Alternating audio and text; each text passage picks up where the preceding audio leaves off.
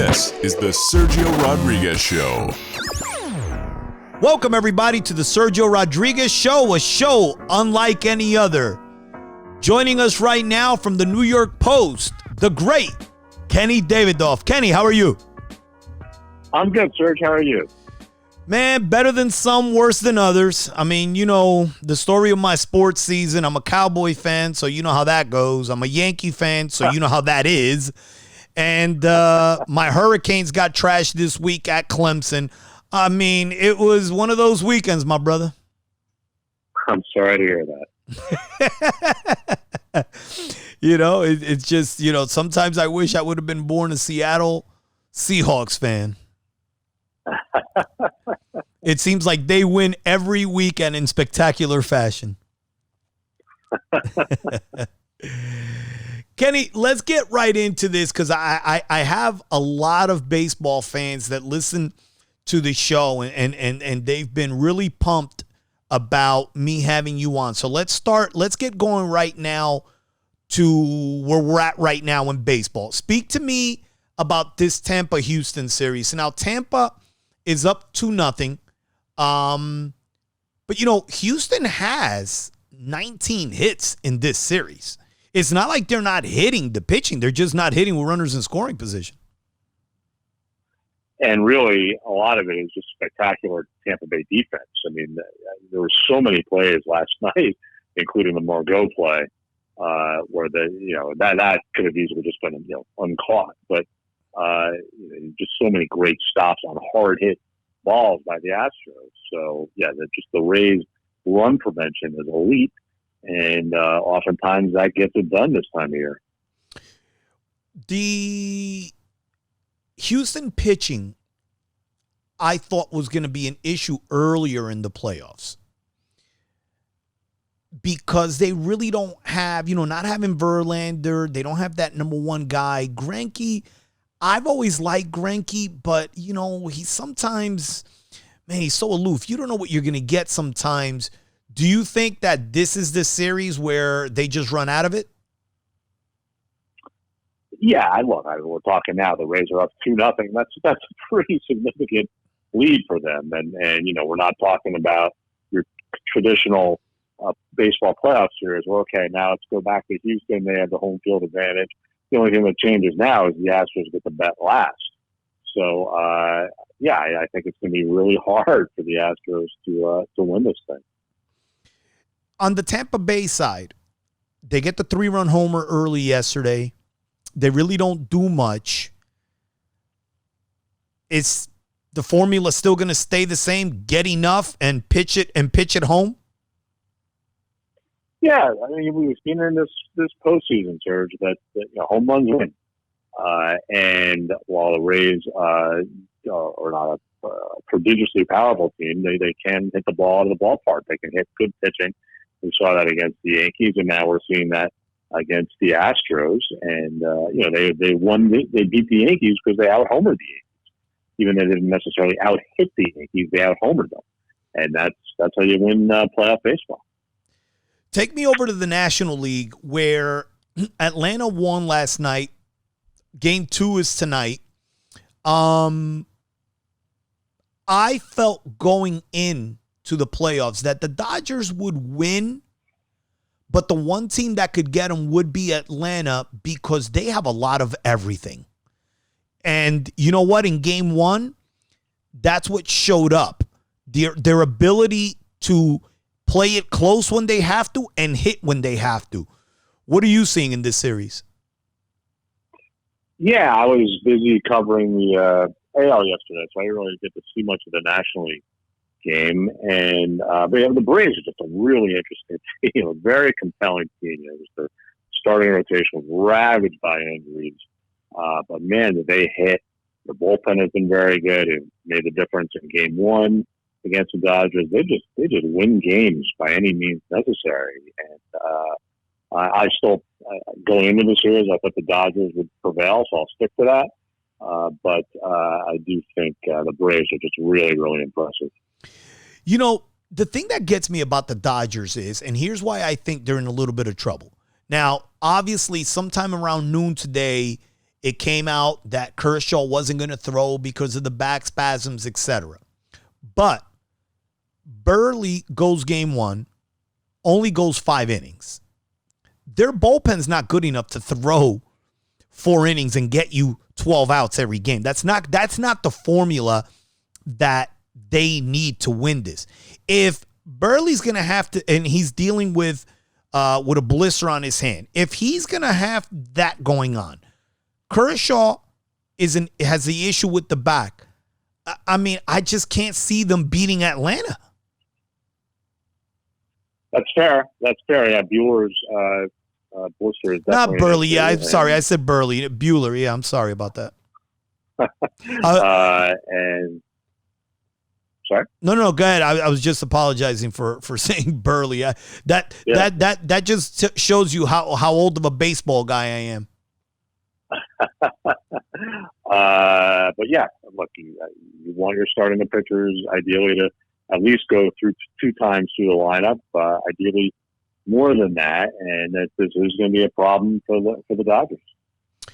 Take me back to the playoffs, the Yankees series. Now, look, I had our good friend Mike Mazzio on, who loves Aaron Judge, by the way, and look. I've been a big believer that the Yankees need to move on from Aaron Judge, and we're going to get to that when we speak about where the Yankees are going to go, moving forward. But let's talk about the playoffs in particular. He hit a couple of home runs, obviously, but he batted 130. He got his hits, but you can't go into these series and just get 3 or 4 hits, even if they are home runs. Hicks is an on-base percentage 3 hitter. The only team in Major League Baseball that has a 3 hitter who gets paid to walk. Sanchez didn't really play. He only played 1 of the 5 games. Where did the Yankees go wrong in the playoffs?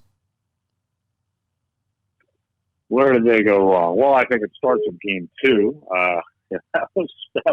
I remain utterly confounded by that. By their pitching strategy. I think they were rolling going into that game. They had swept the Indians. They pounded the Rays in game 1, and I think when they did what they did with Garcia and Happ, that really just changed the vibe of the whole series. They scored 5 runs that night, but still lost. Yeah. Game 3, they scored 4 runs. So, those are good enough to win. Like the Rays won last night, scoring 4 runs. So the Yankees hit the Rays pitching better than the Astros had. I really think that was kind of the original sin here. And then, sure, obviously, if you break it down into individual hitters, Judge did not have a great series, and a few other guys did not. That's what happens in a postseason, Serge. I mean, you're talking about tiny sample sizes, and some guys are going to perform and some guys aren't. You're also talking about a Rays pitching staff that after game 1, was able to minimize the damage. So, yeah, a few different things going on. Now, let me ask you a question about game 2 before I move forward. You're very close and you're very connected to the Yankees. Did you know that was the game plan? No, I did not know it would be an inning. It certainly Boone indicated strongly the day before that it wouldn't be a long outing for Garcia, and maybe the idea being that maybe he would just go one time through the lineup. But he went an inning, 1 inning. So, no, I don't think anyone in the media knew that was going to be the plan. Are the Yankees just going to figure out someday that these analytics don't work? No, Sergio, because the analytics do work, my friend. And just like anything, when you misapply something, then you screw up, and they misapply the analytics. Look, here's the problem that I have with these analytics. I think over 162, they work. I think when you get into a small window of games, like a playoff series, the analytics don't have enough time to take effect. And so that's where I think year after year here, they're getting caught. And they try to reinvent the wheel. Okay. Because and I'll give you a perfect example. Mm-hmm. So you could tell me whatever you want about a guy like Gary Sanchez batting 140 this year. The fact is that he's 10 hits off based on at-bats. He's 10 hits off batting his usual 238, his career average. If Gary Sanchez played and got 500 at-bats in a regular year this year, he was going to put up the same numbers that he does every year. 30 home runs, 90 RBI, bat 238. But yet you go into a small playoff series and you start reinventing the wheel, catching a journeyman catcher within the organization. When I say journeyman, I'm talking about a guy who's never going to be a legitimate everyday catcher anywhere. I mean, I know he's been with the Yankees forever, but my point is you're trying to reinvent the wheel right from within your own team because, you know, I don't get stuff like that with the Yankees. They always do that. They did it with A-Rod when they batted him eighth. They're always switching the lineup every day during the regular season. They just never let the game breathe. So let me get this straight. You know I love you. You're saying the Yankees did the wrong thing benching Gary Sanchez in the playoffs? I would tell you this. If you're going to tell me that you put him on the bench because you felt that the pitcher, let's say Cole, for example, pitches better to Higashioka, I'm not going to debate that. You always got to start with making the pitcher feel comfortable. But there is no reason why he didn't play in the other 3 games. I don't care if he batted. Really? I don't care. I don't care if he didn't get a hit the entire playoff series. I don't care. Because Kenny, here's the issue. How many hits did Judge get? Was it 2? How come he's not on the bench? Are you freaking serious here, man? Well, here's my comparing Aaron Judge to Gary Sanchez. Well, listen, I will tell you that the last 2 years, Sanchez has been a more productive player as a catcher in his position. No, he has not. Listen, nope. Judge is a 27 home run, 67 RBI guy. You know why? Because he only plays 100 games. That's what he does. Gary Sanchez as a catcher has more value as a hitter than Aaron Judge as basically a part-time outfielder, because that's what he is. Not the last 3 years. Listen, we could debate numbers here. I think Gary Sanchez, I could find you a lot of outfielders that hit 27 and drive in 67. You can't find me many catchers that hit 35 and drive in 90. When was the last time he hit 35 and drove in 90? 2 years ago. Well, what did he do last year? Well, wait a minute. How many home runs did Gary Sanchez hit last year? Last year, Gary Sanchez hit 33 home runs. Okay, how many catchers do that? Not many. How many outfielders hit 27 home runs and driving 67? Brett Gardner does that. Okay. Brett Gardner did that. You're out of your mind. Okay. Defense, Serge? Oh, no, that's a whole separate issue. I'm not talking about that. No, it's all part of the same. Okay. You can't talk about Reese's peanut butter cups and then, okay, now let's talk about chocolate and now let's talk about peanut butter. Okay. You have to talk about them together. Okay, so the defense doesn't matter. Reese's peanut butter? Yes or no? Have you ever eaten a Reese's peanut butter? Yes, I have, my friend. Okay, so you know what I'm talking about. So the defense doesn't matter for 162 games, just for 5. Yes, because in a small sample size, there's less margin for error. So if a pitcher is less comfortable throwing to a catcher, or if a catcher is more susceptible to a pass ball, then of course, yes, it matters more in a postseason series than in a regular season. Okay, so now let's move on to 2021. Who's going to be the catcher? By the way, none of that has anything to do with analytics. None of that has anything to do with analytics. When you talk about this is why analytics is bad, that has nothing to do with analytics. Who's going to be the Yankee catcher in 2021? And please don't tell me it's going to be Higashioka. I don't think it's going to be Gary Sanchez. I think they got a platoon or shared job with Higashioka and someone from outside the organization. So now let me ask you a question. You think Higashioka and whoever they bring in is going to put up better numbers than Gary Sanchez? I don't know that with certitude, but yeah, if you're asking me to bet, then yes, I would bet that those two. I'm very sorry about Gary Sanchez. He is a huge talent, but for whatever reason, these last 3 years have really been a struggle for him. All right. I keep on hearing really a struggle, 33 home runs. I heard a lot of the Met fans complaining about d'Arnaud's catching too. How did they like to have d'Arnaud now?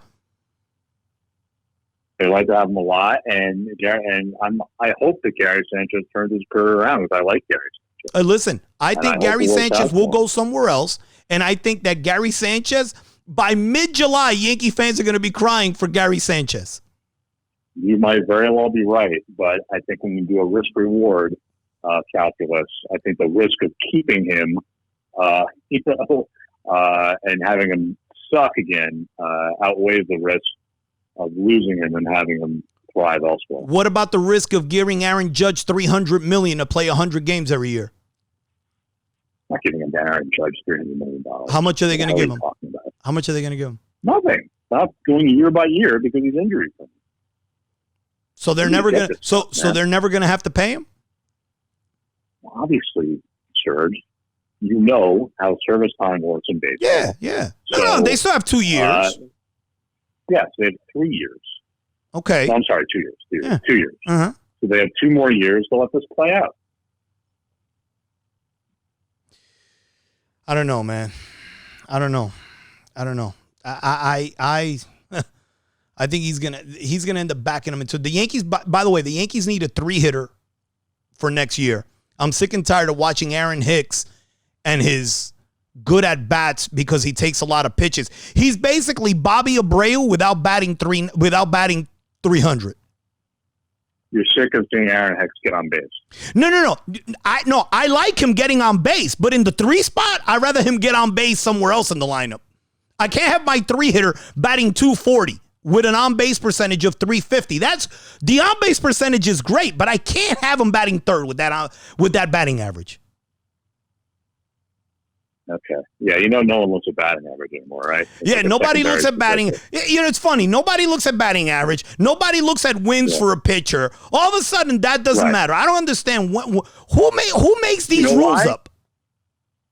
Smart people who realize that, okay, you know what, hits divided by at bats is probably not the best way to manage to evaluate a hitter. When you're not even talking about walks, you're not talking about sacrifice flies, you're not talking about you're counting errors. If I presented the batting average to you now and said, look at this new statistic I invented, you'd slap me across the face and say you're an idiot, and for good reason.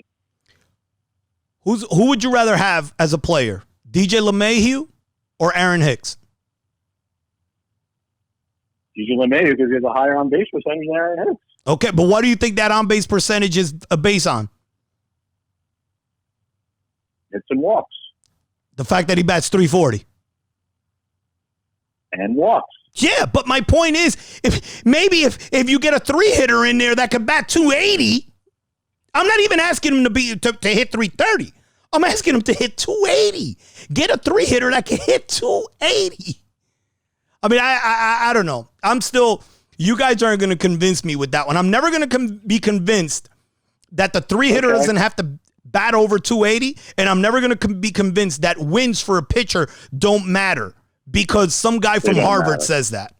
I'm sorry, because wins might not matter, but every year, I still watch the same elite level guys like Scherzer winning 18 games. And Jacob deGrom sucks by your definition. I'm not saying that he sucks. Pitcher. No, You'd be I'm not. Embarrassed to have him. Tell me you'd be embarrassed to have him. I'm not saying that he sucks. I'm not saying that. But what I am saying is that there's a lot of games that if he were to focus on just getting outs and not striking out 13 and he stayed in games longer, he would have more wins. What the hell you're talking about? You're so full of crap. You look at his games, he typically lasts 7 to 8 innings. Listen, not the games that I'm watching. The games that I'm watching here, you know what? 100 pitches, done. You seriously want to look up how many games Jacob DeGrom lasts 7 or more innings? Not counting this year, obviously. It was a freak year. Yeah, well, listen, we can look him up. I look at his run percentage, and I compared it against guys like Clemens. He has a better run percentage than those guys. And those guys have 300 wins. What is run percentage? What is run percentage? I mean, the amount of runs the Mets scored for him. Run support? Run support, yeah. He does not have. That's ridiculous. He had historically low run support. Listen, I found Maddox and Clemens both had historically lower run support. Look it up. In a single season, you're saying? No, for a career. For career. No, you're wrong. Okay, look it up. I love you. You know, I know you're good at. I know you're good at your job. You're the best at your job in this business. Check it out. No, I'm not. I'll eat. Yes, you are. Well, listen. Check what out? I'm entitled to my opinion. I like you. But you're not entitled to facts. Okay, I'm going to email you the article. I'm going to email you the article that I saw. I have the article. By the way, last year, Jacob DeGrom made 32 starts. Tell me how many he lasted. Of those 32, how many lasted 7 innings or more? 22. 21. Okay. Which is excellent. It's excellent. But maybe, but what the hell are you talking about? But it's the pick. Oh, you need to stop striking out 13 and leaving the game early. He's not leaving the game early. Look, I believe that he could do more. I can give you a list of pitchers who continue to win games. Career-wise, before we could go back to the 80s when guys were pitching, and we could go back now. Guys have played with bad run support. Winning, to me, there is an art to winning games. I'm sorry. I do believe this. So you're never going to convince me that's not. That's your loss. That's all right. That's all right. Walk around ignorant. That's your loss. I will. I guess I will. Speak to me about the Yankees now. Let's wrap them up before we go to the Mets. The Yankees, no Gary Sanchez. You say they don't need a 3-hitter. Pitching help. They need pitching help? Yeah, well, look, I mean, Tanaka, Paxton, and Happ are all free agents, so that's a sizable loss to the guys who started for you this year. I think they'll find a way to bring Tanaka back. I don't think the other two guys will be back. So then, you're going to have to fill some holes there, whether it's with low-cost guys or homegrown, Domingo Germán will be back. Maybe some of these, maybe a Clark Schmidt or obviously a Davey Garcia, or guys like that. And Severino can make it back by the All-Star break this year. Tell me they're not going to go out and sign this guy Bauer. They're not signing Trevor Bauer. Thank the Lord. Because somebody tried to tell me the other day that Trevor Bauer could be a number 2. I said, stop. The guy's got a 4 ERA in the American League for his career. The guy's got like 10 games over 500. You know what he is? Ed Whitson. That's what he is. He'd be all Ed Whitson all over again. I don't know about that, but he's not coming. What do you mean? I mean, come on. The guy's going to come. He was essentially damn near a 500 pitcher that would come here and the Yankee fans would expect to be a number 2 starter. I can't stress enough how you win-loss stuff. I mean, it's really hard to speak with you when you're talking about wins and losses. Okay, so you're right. Okay, so win-losses don't matter. How about the fact he's got a 3.9 ERA? Does that matter? I look at his ERA plus. Oh, ERA plus. Oh, okay. Yeah. So okay. So I got paid to do this for a living. I got. You know what? I got to start hanging out with you guys because me speaking to you on the phone twice a month isn't making me smarter when it comes to baseball. Now it's about ERA plus. Okay. All right. Yeah. Let's talk about the Mets. So now, look, the Mets are so bad that the Marlins make the playoffs over them. In a season where 16 teams make the playoffs, the Mets don't make the playoffs. They play a terrible 60-game season here. And let's discuss this. Dom Smith, great season, no position. Cano is a year older, although I think this kind of season helped them, only playing 60 games. They need a shortstop. Rosario's terrible. They need a catcher. They need 2 starters, and they need bullpen help. How are they going to do all this? Well, it's going to help if this new owner comes in with a huge checkbook and the desire to contend immediately. That'll make a significant impact, especially in a winter where many teams will not be spending because they got hammered by this past season. So you think they're just going to go out and fill all these holes in free agency? Not all of them, Sergio, but some of them. What's the primary necessity? Catcher?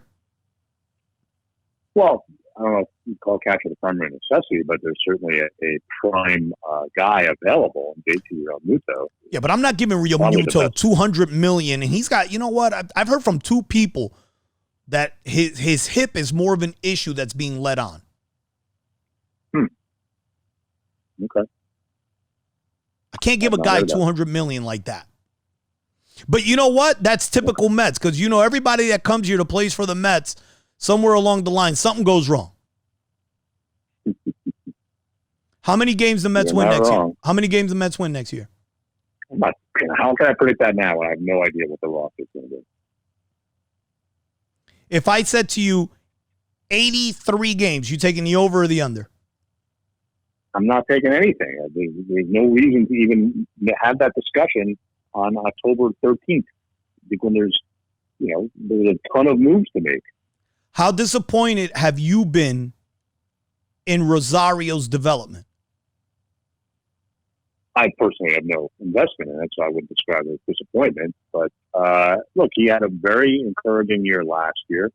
And what the Mets have to decide, and it's similar to what many players have to decide on many players out there, is, and even you kind of referenced with Gary Sanchez, it's like, what do we make out of this bizarre 60-game season? If you draw grand conclusions from a 60-game season. The thing that Rosario, I don't mean to cut you off, but here's my thing with Rosario. Like you said, he had an encouraging last year. I think the problem with that was that it was fool's gold. If I'm not mistaken, most of his damage came in late August, September. If you looked at his numbers before that, he was trending where he's at right now. He almost salvaged last year. Well, all right. So number one, they were in a pennant race. So even if your premise was true, correct, that he was really good in late August, September, that's good, right? All right. That he performed well in a pennant race. Number two, your premise is wrong. Your premise is wrong. The turnaround started in around the All-Star break. I think a little before the All-Star break. Okay, but now let's be honest here. He didn't come here to be a role player. I mean, this was supposed to be the best player, the best prospect in baseball. Never. He wasn't the number 1 prospect in baseball when he came up? No, he's top 100, but not number 1. See, I'm going to have to start sending you more information. I got to start texting you more. I got to start texting you more. I got to start texting. Every time I see an article now. About the crap out there. See, I disagree. Now I'm going to have to go there and find where Rosario was definitely in the top 10. I'm looking right now. Okay, where was he? Where did Baseball America have him? Where did Baseball America have Rosario? I don't know if I can find that. He certainly was not number 1. Okay. I'll take that he's not number 1. He was definitely the Mets number 1. Yeah, for sure. But then again, that's like saying you're the tallest midget in the circus.